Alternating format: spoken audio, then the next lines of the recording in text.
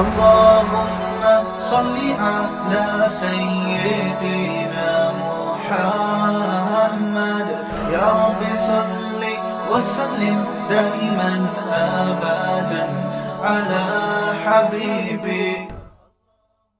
دیکھو قرآن میں نا بڑے علمی نکات ہیں. قرآن کہہ رہا ہے یعتذرون الیکم اذا رجعتم الیہم لترضوا عنہم. قرآن کہہ لتعرضوا عنہم ہے لترضوا عنہم؟ کوئی حافظ نہیں بیٹھا ہوا. لترضوا عنہم فإن ترضوا عنہم فإن اللہ لا يرضى عن القوم الفاسقین. اے نبی جب آپ غزوہ تبوک سے واپس پہنچیں گے تو یہ جھوٹی قسمیں اٹھائیں گے تاکہ آپ ان سے راضی ہو جائیں, خوش ہو جائیں. اگر آپ خوش ہو بھی گئے اللہ پھر بھی خوش بولو نہیں ہوگا. دیکھو یہاں نبی کو خوش کرنے کا ثواب کیوں نہیں مل رہا؟ کیونکہ یہاں نبی کو خوش کرنے سے مقصد اللہ کو خوش کرنا نہیں ہے. تو قرآن کہہ رہا ہے ایسی خوشی کا میں ایسی خوشی پہ خوش نہیں. اور کعب ابن مالک, مرارہ ابن ربی اور ہلال ابن امیہ, ان تین صحابی نے سچ بول کے نبی کو ناراض کر دیا. منافقین نے جھوٹ بولا نا کہ یہ عذر تھا ہم تبوک میں اس لیے نہیں آ سکے, یہ مسائل تھے. نبی عالم الغیب نہیں, آپ نے کہا چلو بھائی ایسے ہی ہوگا, آپ خوش ہو گئے, ٹھیک ہے بھائی جاؤ, کوئی سزا نہیں, کچھ بھی نہیں. اللہ نے کہا آپ خوش ہیں, اللہ نہیں خوش ان سے. دوسری طرف منافقین جو مخلص صحابہ تھے تین, کعب ابن مالک, مرارہ ابن ربی, ہلال ابن امیہ, یہ تین صحابی نے سچ بولا. یا رسول اللہ کوئی عذر نہیں تھا, بس ہم سستی کی وجہ سے پیچھے رہے, کوئی عذر نہیں تھا. جانا چاہیے تھا, ہم پہ فرض تھا, لیکن باغ پک چکے تھے, سب کچھ تیار تھا, پھر بھی نہیں گئے, کوئی عذر نہیں ہے. سچ بولا نا, نبی غضبناک ہو گئے. نبی کیا ہو گئے؟ اس لیے نہیں کہ سچ بولا ہے, اس لیے کہ جب کوئی عذر نہیں تھا تو پیچھے رہنے کا کوئی جواز بنتا نہیں. آپ نے فرمایا قم, جاؤ یہاں سے, حتیٰ یقضی اللہ فیکم, اللہ فیصلہ کرے گا تمہارے بارے میں. 40-50 دن بائیکاٹ ہوا, یہاں تک کہ صحابی کہتے ہیں نبی نے سلام تک کا جواب نہیں دیتے تھے. کیا گزری صحابہ پر, مگر قرآن کہہ رہے ہیں میں کیا تھا ان سے, بولو راضی تھا, کیونکہ مجھے خوش کرنے کے لیے انہوں نے سچ بولا. تو پھر اللہ نے پیغمبر کو بھی راضی کر لیا بعد میں, اور اتنا خوش ہو گئے پیغمبر, فرمایا اللہ نے تمہاری تو. اچھا اور سنیں, اسلام کے عقیدے بتا رہا ہوں کتنے واضح ہیں کہ ہم اسلام کو فالو کسی مدرسے کے کسی بندے کی وجہ سے نہیں کرتے. اور یہ بھی بتا دوں, اس ایک بندے کی وجہ سے مدرسوں کو بدنام کرنا کہ مدرسے ایسے ہوتے ہیں, یوں ایسے ہوتے ہیں, یہ بھی وہی زیادتی ہے جس کا میں نے ابھی تذکرہ کیا. جب حضرت کعب ابن مالک کی توبہ قبول ہوئی تو ان کو خوشخبری پہنچی, وہ نبی کے پاس آئے. آپ صلی اللہ علیہ وسلم کا چہرہ حدیث میں آتا ہے استنار وجہہ کأن وجہہ قطعۃ قمر, ایسے چمک رہا تھا جیسے 14ویں کا چاند. آپ نے کیا فرمایا, ابشر بخیر یوم مر علیک منذ ولدتک امک, اے کعب اس دن کی خوشخبری قبول کرو کہ جس دن سے تمہاری ماں نے تمہیں جنا ہے آج تک ایسا خوشی کا دن تمہاری زندگی میں نہیں آیا, اس دن کی مبارکباد ہو تمہیں. حضرت کعب مالک نے کیا کہا, امن کا ام من عند اللہ, یہ خوشخبری آپ کی طرف سے یا اللہ کی طرف سے؟ نہیں آ رہی بات. اس فکر میں لگے ہوئے ہیں کہ اللہ راضی ہے کہ نہیں ہے. دیکھو نبی کے راضی ہونے کا تو یقین ہو گیا نا. یہ نہیں سمجھ میں آئے گا, یہ تو آسان کیس نہیں ہے, بہت مشکل کیس ہے. ارے جب نبی کا چہرہ 14ویں رات کی طرح چمکتا ہوا دیکھ لیا, نبی مبارکباد بھی دے رہے ہیں کہ خوشخبری ہو اور سب معاف, بس اب میں راضی, اب میں خوش, تو کعب ابن مالک کو فکر کیا لگی ہوئی ہے, نہ یا رسول اللہ ذرا کلیئر کریں بات, صاف بتائیں یہ خوشخبری اللہ کی طرف سے ہے یا یعنی اللہ بھی راضی ہوا ہے کہ نہیں ہوا؟ فرمایا لا بل من عند اللہ, نہ میری طرف سے نہیں, کس کی طرف سے؟ اللہ. میں بھی اس لیے خوش ہوں کہ اللہ خوش ہے, اللہ نے معاف کر دیا ہے, اس لیے میں بھی خوش ہوں. پھر کعب ابن مالک خوش ہوئے ہیں. تو بھائی اسلام میں اصل کون ہے؟ اللہ. تبھی علماء کہتے ہیں کسی سے تنہائیوں میں گناہ ہوا ہو بالفرض, اللہ نہ کرے, اور اس نے توبہ کر لی, پھر لوگوں کو پتہ چل گیا, لوگ تانے دے رہے بے تو ویسا تھا, ان تانوں کی پرواہ بولو مت کرو. بولے نہ تمہارا جرم کیا اور نہ ہمیں تم سے معافی مانگنے کی ضرورت, جس سے کیا ہے وہ جانتا ہے. لوگوں کو لفٹ کرایا کرو زیادہ. کیونکہ لوگ اس چیز کو مسلط کر لیتے ہیں. ہمارے حضرت کے پاس ایک بندے کا فون آیا لندن سے, کہتا ہے یار میں نے گناہ کیا تھا, پکڑا گیا. کہہ رہے اب میں نے توبہ کر لی, رو رو کے گڑ گڑا کے اتنی معافیاں مانگی کہ اللہ نے بھی دل میں سکون ڈال دیا کہ میں نے تجھے معاف کر دیا, کہ لیکن پبلک معاف کرنے کے لیے تیار نہیں. پبلک جب بھی گزر کرے ہے نا وہی, تو پبلک کا دل تو چھوٹا ہوتا ہے نا, پبلک کا دل کیا ہوتا ہے چھوٹا. تو ایسی صورت میں پبلک کو زیادہ لفٹ نہیں کرائیں. بولے جاؤ تمہاری ایسی کی تیسی, ہم جانے اللہ جانے تو کون ہوتا ہے بھائی میرے کو. اور قرآن کے الفاظ دیکھو یار, وَمَن يَعْمَلْ سُوءًا أَوْ يَظْلِمْ نَفْسَهُ ثُمَّ يَسْتَغْفِرِ اللَّهَ يَجِدِ اللَّهَ غَفُورًا رَحِيمًا. ایسے وجد والی آیتیں ہیں. فرمایا جو بھی گناہ کرے گا, اپنی جان پہ ظلم کرے گا, ظلم ہو گیا, گناہ ہو گیا, شیطان نے بہکا دیا اس کو, غلط ہو گیا اس سے. حقوق العباد سے اس کا تعلق نہیں ہے, کیونکہ حقوق العباد میں پھر اس بندے سے بھی معافی مانگنا ضروری. کچھ جرائم ایسے ہیں جو اللہ اور بندے کے آپس کے معاملات. فرمایا پھر اس کو خیال ہوا کہ بھائی خدا تو انتقام لے گا, اور ویسے بھی غیرت کے خلاف ہے جس نے اتنے احسانات کیے اس کو ناراض کرنا. قرآن کہہ رہا ہے ثم یستغفر اللہ, پھر وہ اللہ سے کیا کرتا ہے, معافی. کیا عجیب الفاظ ہیں. اللہ نے یہ نہیں فرمایا غفارہ اللہ, اللہ اسے معاف کر دے گا, نہ نہ نہ, یہ انداز نہیں ہے. یہ اللہ اس سے انتقام نہیں لے گا. فرمایا یجید اللہ غفور الرحیم, وہ اللہ کو پائے گا, وہ دیکھے گا کہ اللہ غفور بھی ہے اور رحیم بھی, وہ دیکھے گا اپنی آنکھوں سے. یہ ایسے ہے جیسے ہم کسی کو دعوت دیں کہ آپ ہماری دعوت پہ آؤ, آپ پوچھتے ہیں کیا کیا ملے گا. ایک طریقہ ہوتا ہے آپ بتائیں بھائی بریانی کا انتظام بھی ہے, کباب بھی ہیں, اور اللہ بھلا کرے چکن کا بھی انتظام ہے, اور کڑھائی بھی ہے, 2-4 چیزیں اور بتا دی آپ نے, تو ذہن میں رکھ کر آئے گا ٹھیک ہے بھائی یہ چیزیں ہوں گی. ایک اسٹائل یہ ہوتا ہے وہ کہ بھائی کیا ملے گا, تو آپ اس کو بتائیں جب تم آؤ گے نا تو میری دعوت میں پہنچنے کے بعد تمہیں محسوس ہوگا کہ وسیم بھائی چھوٹے موٹے سیٹ نہیں ہیں. وسیم بھائی نے دعوت کی, یہ جی تم پالو گے, یہ چیز محسوس کرو گے کہ وسیم بھائی طبیعت کے تنگ, ایسا دسترخوان ہوگا, چھوڑو بریانی کباب, چھوٹی وہ غریبوں والی باتیں ہیں. کیا بریانی, مسالے والی بریانی, اور مفتی صاحب کے بیان سنتے رہتے الٹے الٹے, مسالے والی بریانی, چپلی کباب, کوئٹہ کی چائے. ابے بھائی چھوڑو یہ باتیں, یہ تو کہیں کھانچے وانچے میں پڑی ہوئی ہوگی, ٹھیک ہے نا. یجید تم پاؤ گے, مجھے محسوس کرو گے کہ یہ چھوٹا موٹا سیٹ نہیں ہے. دسترخوان دیکھ کے اندازہ ہو جائے گا بھائی کوئی بہت بڑا آدمی ہے. قرآن کیا کہتا ہے, جو گناہ کرے گا اور توبہ کرے گا یجید اللہ غفور الرحیم. اللہ یہ نہیں فرما رہے کہ اس کو معاف کروں گا, اللہ فرماتے ہیں جیسے کوئی بندہ دعوت پر آئے تو آپ کہو بھائی تم پاؤ گے کہ میں چھوٹا موٹا سیٹ نہیں ہوں. ہاں میں اس پہ واقعہ سنا رہا تھا کہ حضرت مولانا طارق جمیل صاحب ایک دفعہ کویت کے شہزادوں نے ان کی دعوت کی, تو اب وہ کیا تصور دماغ میں لے کے گئے ہوں گے. فرماتے ہیں میں حیران ہو گیا, اونٹ کے بچے صحیح پورے روسٹ. نہیں آئی سمجھ میں. آپ کو پتہ ہے اونٹ کا بچہ کسے کہتے ہیں؟ اونٹنی کے جو بچے ہوتے ہیں نا وہ ذبح کر کے کھال اتار کے کنوؤں میں پورے روسٹ چاول بھر کے دسترخوان پہ رکھے. بکرے روسٹ تو سنے ہوں گے, اونٹ روسٹ نہیں سنے ہوں گے. اب جو شہزادے ہیں ان کے لیے یہ کوئی اتنی بڑی چیز نہیں ہے, ان کی یہ بریانی ہے, ٹھیک ہے نا, ان کے لیے کیا ہے. اب ان سے اگر مولانا طارق جمیل صاحب پوچھیں شہزادوں سے جی آپ کی دعوت ہے کیا کیا ملے گا, تو ان کو غصہ آئے گا نا, نہیں آ رہی سمجھ میں یار. او بھائی ان کو غصہ آئے گا نا کہ یار ہم کویت کے شہزادے ہیں, ہماری کرنسی دیکھو, اور ہم یہاں کا تو غریب آدمی اتنا پرتکلف کھانا کھاتا ہے, اور تم شہزادوں سے پوچھ رہے ہو کھانے میں, آپ کو غم ہو رہا ہے کہ پتہ نہیں بریانی ملے گی کہ نہیں ملے گی, پتہ نہیں روٹی ہوگی کہ نہیں ہوگی. تو اگر وہ ان سے پوچھتے تو وہ جواب میں یہ تھوڑی کہتے کہ یہ بھی ہے یہ بھی ہے, وہ کہتے بھائی آ جاؤ پتہ چلے گا شہزادوں نے دعوت کی ہے.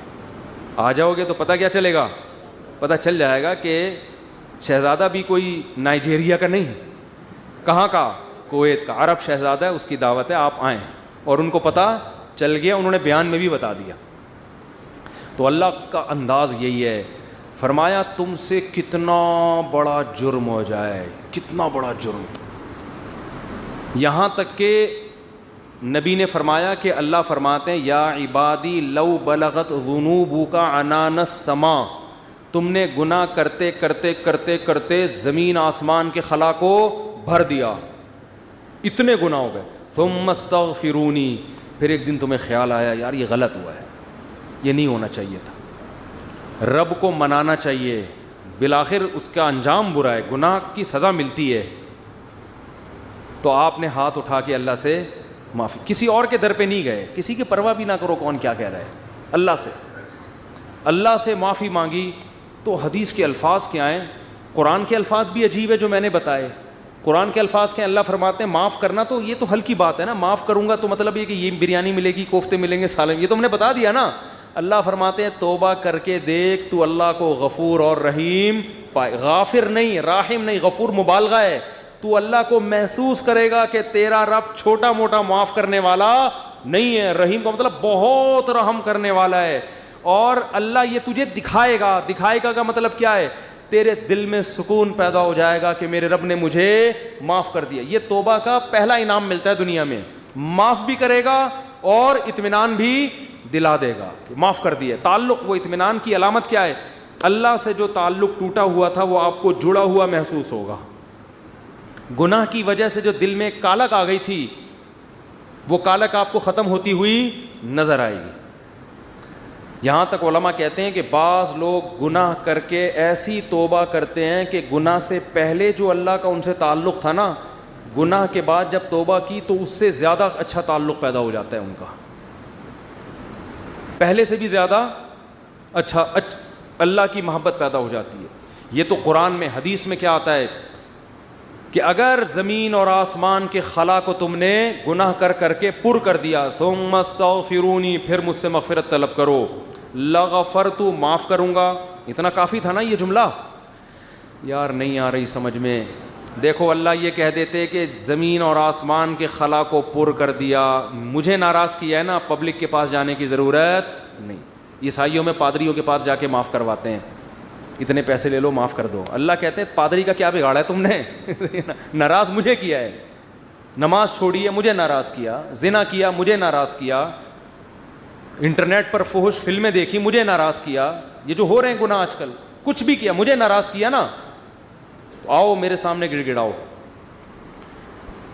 تو اللہ نے کیا کہتے ہیں, زمین اور آسمان کے خلا کو پر کر دیا, پھر مجھ سے معافی مانگو گے معاف کروں گا. کافی ہے نا, بس کر دیا معاف. آگے اللہ ایک اور جملہ بناتے ہیں, لا ابالی, کسی کی پرواہ. بولو, اردو میں لفظ سماعت ہو کہتے ہیں بڑا لا ابالی قسم کا آدمی ہے, سنا یہ لفظ, ہاں بولنے میں کچھ ٹیکس لگتا ہے. لا ابالی کہتے ہیں نا, یہ عربی کے لفظ سے آیا لا ابالی. لا کا مطلب نہیں, ابالی کا مطلب پرواہ نہیں کرتا میں کسی کی, جیسے جو آدمی کسی کی پرواہ نہیں کرے بڑا لا ابالی سا آدمی ہے. تو اللہ کیا کہتے ہیں, لا ابالی, معاف کروں گا کسی کی پرواہ نہیں. کیا مطلب, یہ جملہ لگانے کی کیا ضرورت تھی؟ جملہ اس لیے لگایا جا رہا ہے کہ بہت سے نیک لوگوں کو اعتراض ہو سکتا ہے, اے اللہ اتنے سارے گناہ سیکنڈوں میں معاف, یہ بات ہماری کھوپڑی میں بولو نہیں, کچھ تو تھوڑی سی ہوتی. جیسے ایک بیٹا نافرمان ہو, 20 سال باپ کو ستاتا رہے, اب باپ کو زندگی بھر ستایا اس نے, باپ نے کہا ایسی کی تیسی ہے, ابھی دیکھتا ہوں میں جائیداد سے آپ کر دوں گا, میں یہ کر دوں گا. باپ بوڑھا ہو گیا, مرنے لگا ہے بھائی, اب جائیداد کی تقسیم کا وقت آ رہا ہے, اور اب یہ گیا, اس کو پتہ ہے کہ اب تو سارا معاملہ خراب, زندگی بھر ستاتا رہا. آخر میں آ کے ابا سے کہتے ہیں ابا I am very very sorry. ابا کہتے ہیں چل جا معاف کیا. دوسرے بیٹوں کو آئے گا نا غصہ, ہے بھائی ابا یہ کیا, یہ تو آپ کے رحم دل ہونے سے ناجائز فائدہ اٹھا رہے ہیں بھائی, ابھی آپ کے جانے کا وقت ہے اور یہ آ کے سوری کر کے چلا گیا. تو ابا اگر ابا ہوں گے تو آپ دوسرے بچوں کو کیا بولیں گے, باپ تم ہو یا میں ہوں؟ کیا خیال ہے, باپ تم ہو یا ٹھیک ہے تمہارا مشورہ ہے میں نے سوچ لیا. باپ بہرحال کون ہے, میں, میری مرضی, میری جائیداد ہے, میری میراث ہے, میں کسی کو بھی نہ دوں, میں صدقہ کر دوں, جاؤ. لیکن انسان کا اتنا ظرف ہوتا نہیں ہے. اب اللہ پر تو موت واقع نہیں ہوگی, لیکن انسان پر تو موت واقع ہوتی ہے, اور موت کے بعد رحمت کے چانسز ختم, توبہ کے دروازے بند. ساری زندگی گناہ کرتا کرتا اب موت سے پہلے اللہ سے کیا کہہ دیتا ہے, آئی ایم سوری, معاف کر دیں. تو اللہ کہتے ہیں کہ میں معاف کر کے, آگے پہلے ہی بتا دیا کہ کسی کو اعتراض کرنے کا حق, اللہ کو پتہ ہے بہت سارے لوگ آئیں گے, یا اللہ یہ کیا ہے بھائی, یہ کیا اتنے سارے گناہ ہو رہے ہیں اور اس نے معافی اور 1 سیکنڈ میں معاف, یہ تو تیری حکمت کے خلاف ہے, یہ تو مصلحت کے خلاف ہے, یہ تو یوں ہے, یہ تو ناانصافی ہے. اللہ کہتے ہیں بولنے دو, مجھے پرواہ, بولو نا, نہیں ہے. تم نے تھوڑی جہنم بنائی ہے, میں نے بنائی ہے. نافرمانی اس نے میری کی, معاف کرنے کی طاقت مجھے ہے, تو میں جس کو چاہوں معاف کروں. تمہیں کیا تکلیف ہو رہی ہے؟ تم اپنی بات کرو مجھ سے کہ تمہیں کسی جرم کے بغیر میں سزا تھوڑی دے رہا ہوں. یہ جو الفاظ ہیں نا, لا ابالی, یہ بڑے زبردست الفاظ ہیں. مجھے اس پر اکثر ایک چٹکلا یاد آتا ہے, وہ میں ہر بیان میں جب بھی اس حدیث کی تفسیر کرتا ہوں وہ سناتا ہوں کہ اس کی مثال کیسے ہے. اس کی مثال ایسے ہے, یہ جن لوگ پہلے سے بیان سن رہے ہیں انہیں یہ واقعہ سنا ہوا ہے, نئے نئے لوگ بھی آ جاتے ہیں نا. پرانے والے اصل میں اعتراض کرتے ہیں, یار وہ گھسے پٹے قصے بار بار سنا کے نا تھک گئے ہم. تو بھائی آپ کے لیے گھسے پٹے, نئے نئے لوگوں کے لیے کوئی مارکیٹ میں نیا آئے گا تو بتائیں گے ہم, اب آ ہی نہیں رہا. تو وہ ایک اونٹ, ایک بیل اور ایک دمبا, یہ بس واقعہ سنا کے بیان ختم کرتا ہوں, کچھ چند سوالات کے جواب دینے. اونٹ, بیل اور دمبا یہ کہیں جنگل میں سفر کے لیے نکلے, کھانا ختم, ایک گٹھری نظر آئی گھاس کی. اب تینوں میں پھڈا ہو گیا. اونٹ کہہ رہا ہے میں کھاؤں گا, بیل کہہ رہا ہے میں کھاؤں گا, دمبا کہہ رہا ہے میں کھاؤں گا. اونٹ نے کہا دیکھو میں تمہارا بزرگ ہوں, ہم تینوں ایک معیار بنا لیتے ہیں, جو اس معیار پہ پورا اترے گا وہ کھانا وہ کھائے گا. یہ پیشکش کس نے کی؟ اونٹ نے. اس نے کہا میں قبیلے کا بڑا ہوں, دیکھو تو اب میں جو سجیشن دوں گا اس پر عمل کرو. تو ہم تینوں میں سے جو اپنا سب سے پرانا ہونا ثابت کر دے گا کہ جو دنیا میں سب سے پہلے آیا ہے وہ اس گٹھری کا مستحق ہے. اونٹ کا خیال تھا میں ہی ہوں, بزرگ ہے. لوگوں نے کہا چلو جی بزرگوں کا احترام اسلام میں ٹھیک ہے, واجب ہے. دمبے نے کہا ٹھیک ہے بھائی میں اپنا ثابت کرتا ہوں, میں بہت پرانا ہوں. انہوں نے کہا کتنا پرانا؟ انہوں نے کہا دیکھو ابراہیم علیہ السلام نے بچہ ذبح کیا, نہیں ہوا تو دمبا آ گیا. یہ روایت صحیح نہیں ہے لیکن چلو فرض کر لیتے ہیں, دمبا آ گیا. اس کا مطلب میں 4000 سال سے ہوں, ابراہیم علیہ السلام کے دور میں بھی میں تھا. اونٹ چکرا گیا, اس نے بولا یہ تو پہلی گیند پہ ہی آؤٹ ہو رہا ہوں میں. تو بیل نے بولا کہ آدم علیہ السلام جب زمین پہ آئے تھے زمینداری کے لیے ٹریکٹر ایجاد نہیں ہوئے تھے, تو کچھ تو اگایا ہوگا نا, تو کھیتی باڑی کس سے کی تھی انہوں نے؟ بیل سے. اس کا مطلب میں کب سے ہوں؟ دمبا تو آؤٹ ہو گیا نا. اونٹ پریشان کہ کمبخت, اس سے پہلے تو تاریخ لکھی نہیں گئی ہے, اس سے پہلے تو تاریخ لکھی, اور سجیشن بھی میری تھی. اونٹ ٹینشن میں آیا, اس نے کیا کیا, وہ گھاس کی گٹھری اٹھا کے اپنے کوہان پہ رکھی. تو دمبے نے بولا بھائی میں تو بہت پرانا ہوں. اس نے بولا مانتا ہوں, میں نے کب کہا, آپ بہت پرانے ہیں, میں آپ کے بعد آیا ہوں. بیل نے کہا میں تو اس سے بھی پرانا ہوں. اس نے کہا میں نے بولا کہ آپ پرانے نہیں ہیں, تو بھائی یہ پھر ہمیں دو. اس نے کہا دم ہے تو لے لو.